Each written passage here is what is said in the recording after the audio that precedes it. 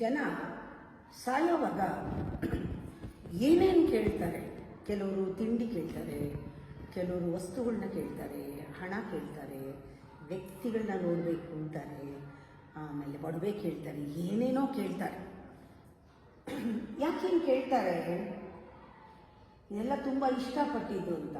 Actually ಅದೇ ಅವ್ರನ್ನ ಸಾಯಿಸ್ತಾ ಇರೋದು, ಅದೇ ಅವ್ರನ್ನ ಸಾಯಿಸಿದ್ದು, ಅದೇ ಅವರ ಪುನಃ ಹುಟ್ಟಿಗೆ ಕೂಡ ಅದೇ ಕಾರಣ. ಅದೇನೇನು ಕೇಳ್ತಾರೋ ಅದೇ ಮುಂದಿನ ಹುಟ್ಟಿಗೂ ಕಾರಣ. ಎಲ್ಲಿ ಹುಟ್ಟುತ್ತಾರೆ ಅನ್ನೋದಕ್ಕೆ, ಪುನಃ ವಾಪಸ್ ಬರೋದಕ್ಕೆ, ಅವ್ರನ್ನ ಇಷ್ಟು ದಿನ ಸಾಯಿಸಿದ್ದಕ್ಕೆ, ಇವಾಗ ಅವ್ರು ಸಾಯ್ತಾ ಇರೋದಕ್ಕೆ, ಎಲ್ಲದಕ್ಕೂ ಅದೇ ಕಾರಣ. ಅದ್ರ ಹಿಂದೆ ಬಹಳ ಆಳವಾದ ಬೇರಿರುತ್ತೆ.